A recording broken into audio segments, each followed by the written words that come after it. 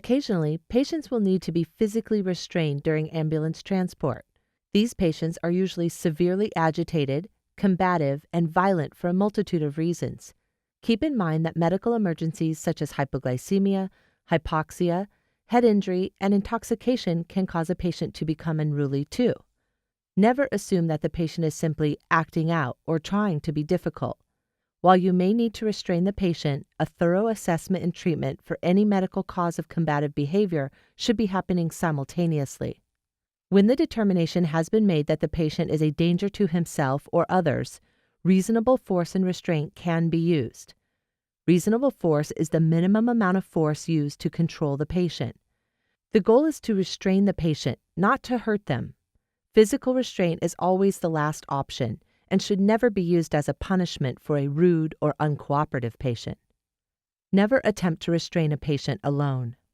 Positional asphyxia has been reported in the literature when patients have been hog-tied or restrained in a manner that impairs breathing. Patients should be restrained in a face-up or lateral position, never face down. In many areas, law enforcement or medical control must authorize restraint and treatment of patients against their will. Quickly perform a scene assessment. Make sure that the scene is safe and that the patient is not carrying a weapon. Have law enforcement ready to assist if the patient is carrying a weapon. Try to have an exit strategy and stay at least an arm's distance from the patient until actually ready to begin the restraint process. When the application of soft restraints is determined to be necessary for the protection of the patient, crew, or bystanders, take the following steps. BSI precautions. Plan your actions ahead of time.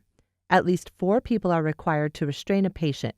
Each person should be pre-assigned a limb to restrain. Rescuers should all act at once to overwhelm the patient. Attempt to grab clothing or large joints. Avoid placing pressure on the neck, chest, or face to avoid interfering with breathing and/or getting bit by the patient. Secure all 4 limbs with approved restraints. The patient should be secured on the ambulance gurney or backboard in a supine or lateral position, usually with one arm up and one arm down. Placing a sheet or blanket over the lower half of the body can help prevent the patient from kicking.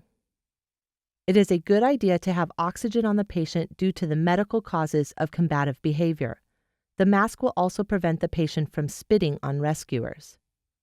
Continually monitor distal circulation in restrained extremities to ensure the restraints have not been applied too tightly. If a restraint needs to be loosened, get help and loosen only one limb at a time.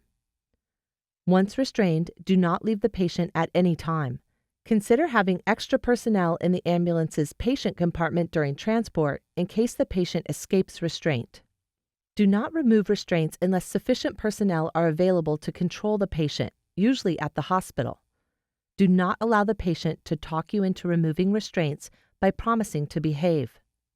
ABCs should always be monitored in the restrained patient. Patients that appear to calm down may actually be deteriorating, so be vigilant. Attempt vital signs every 5 minutes in patients whose conditions are changing or are critical, and every 15 minutes in stable patients. Document why and how the patient was restrained.